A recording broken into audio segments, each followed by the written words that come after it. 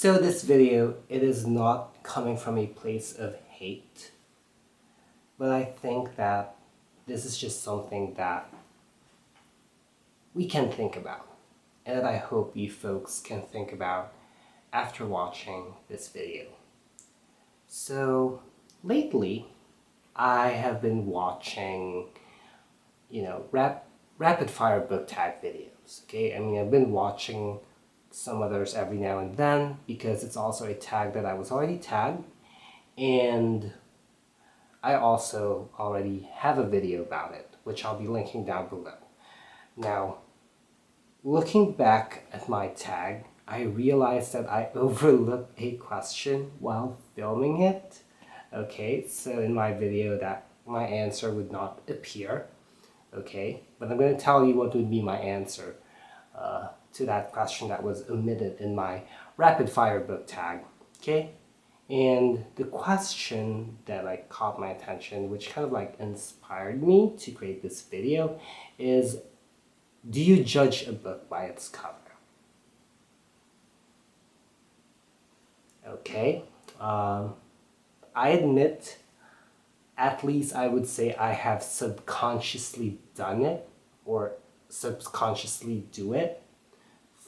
Why would I say so? For instance, when I see book hauls to read piles, or other booktube videos, or let's just say bookstagram posts, bookish tweets, what else? Posts that are found in Facebook like pages of different bookstores. When I see a book and it's attractive for me, I tend to, want to find out more about it and then kind of like add to my to read pile. Now, I even kind of like checked all the answers of the rapid fire book tags that I, watch. Also, every now and then, it's being brought up in BookTube, this whole judging a book by its cover. Okay? Now, just one thing that I just want people to kind of think about is, let's say a book cover is not the ideal book cover that you had, or it is just hideous. Okay? Some people would already like shelve away that book. Excuse me for a sec. By the way, I'm a bit sick, so pardon me. Anyway, so yeah, and to me, that's where I would like to discuss, because the thing is, I think we need to be like have this more of a conscious effort and not shelving or refusing to read something because it had a horrible cover, or even owning it in our shelves and reading it. Okay. Alright, let me explain. Because sometimes we tend to buy something that is a cover buy. Fortunately for my case, I have not had any kind of like a cover buy and then I got really disappointed with it. I guess it's because I'm kind of a picky collector myself, which y'all know I've been saying that in my other videos. And we've seen different videos about disappointing reads, wrap-ups that talks about, worst or disappointing books. We've seen on hauls about people, oh, I bought this because it's a beautiful cover, but the book, it was like, the story was, you know what I mean. So, I mean, I know nobody's perfect. We make decisions, every now and then we tend to make mistakes. And like what I always say, hopefully we become more conscious, we learn from it, we get to understand who we are more as a reader. Like, if you picked up a book, let's say that doesn't have necessarily a great cover, but who knows, it has a great story, then your time would probably be more well spent.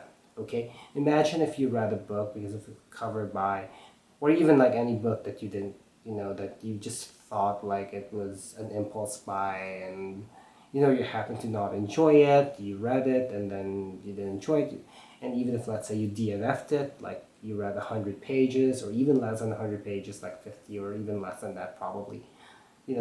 That time that you read those pages could have been spent with another book.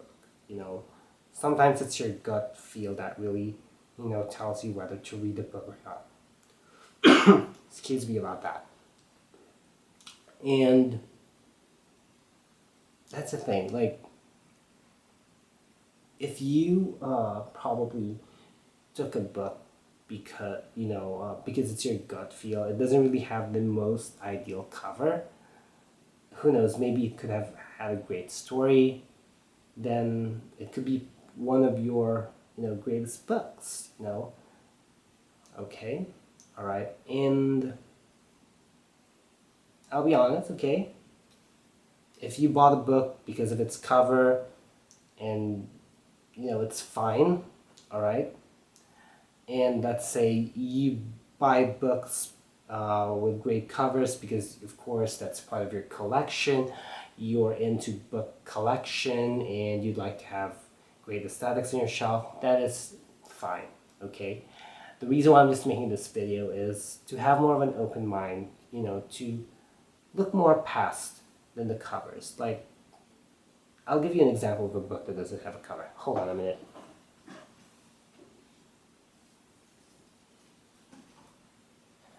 This, to me, well, even if, let's say, this has been like a cover that was back in the 90s or 80s or during the earlier times of our lives, to me, it's not a cover that I would like. That if to me, it's just not really an appealing cover for me. This one's cool, but like the color combination for me is not working.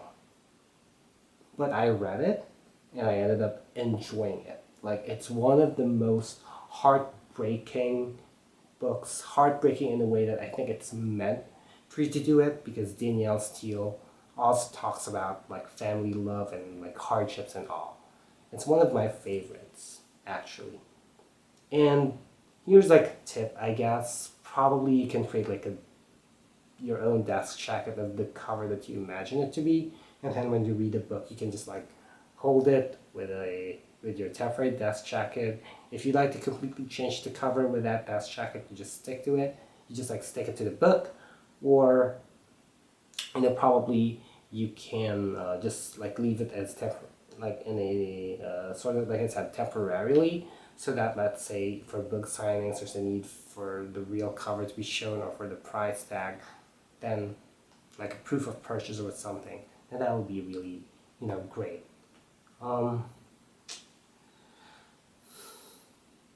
And correct me if I'm wrong, because for a story usually it would be just modified, like a bonus chapter will appear, but in terms of how it sounds or the language that will be used, it usually takes like a century later for it to be like translated into a so-called like language of the time of the era. Excuse me. And that's the thing. It's like it would take like a lot for a book to be written in a kind of like a different way, but then technically the story is still there. What I'm trying to point out here is, that's why I asked, correct me if I'm wrong about these things, because for the way I see it, covers change. There have been like releases of, well, not only movie tie-ins, but let's say 10th anniversary editions. Harry Potter has like a lot of covers, So bottom line is, covers change, stories don't. That's the truth. Correct me if I'm wrong, but I think that's the truth. Covers change, but stories don't. And if they're gonna modify a lot with the story, why not just like write another book? Okay, so yeah, we all have our reasons why we are doing booktube. Okay, And even just as much as we all have our reasons for buying, acquiring, and reading, and you may have your reasons, you have your that may be different from mine on why did YouTube or BookTube. And for me, as a bookish influencer, which what I've been kind of a bit outspoken here in YouTube, in BookTube, in this niche that is very lovely, that we can, we have something that's so powerful for a human's mind and soul. And I believe that as bookish influencers, we have that responsibility to have more of a conscious awareness of how one can unleash the reader in them and be responsible readers, be conscious readers. Excuse me. Like I said, this isn't coming from a place of hate. This is what I believe that we should aim for and have more of a conscious awareness of what it's like to be a bookish influencer, because that's what I strive for. As I go through my YouTube journey, I see a purpose, I see a platform where, because come to think of it, I think I've said this also in another video, that, with the numbers, and the market, and I know it's kind of cliche that we have still yet to go. We still have a long way in terms of the numbers. We are still, have a lot of growing, okay, in terms of the audience and all that stuff. And yes, books are luxuries. However, other things like makeup, you know, uh, fashion, travel, and even DIYs, they're also luxuries, but they have markets, and there are people that are interested in watching them, probably either, because they really just want to every now and then get better with putting on makeup, or just check out some other places that they can visit, or those are things that they're enthusiastic with, whether they would be engaged in creating video content or not.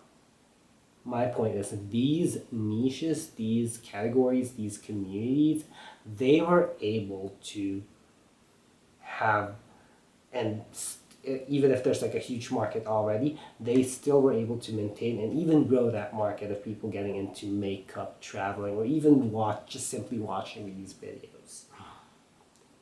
And I think that as bookish influencers, if that's your goal, okay, or if this is your reason why you're doing BookTube, it's because you want to influence people, you want people to get into reading more, we can start by focusing on how we can read more consciously and responsibly.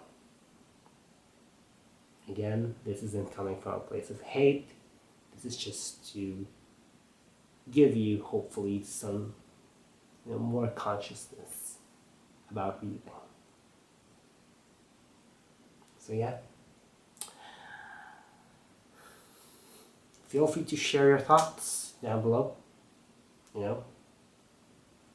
and let's continue striving for wisdom and unleash the reader in you.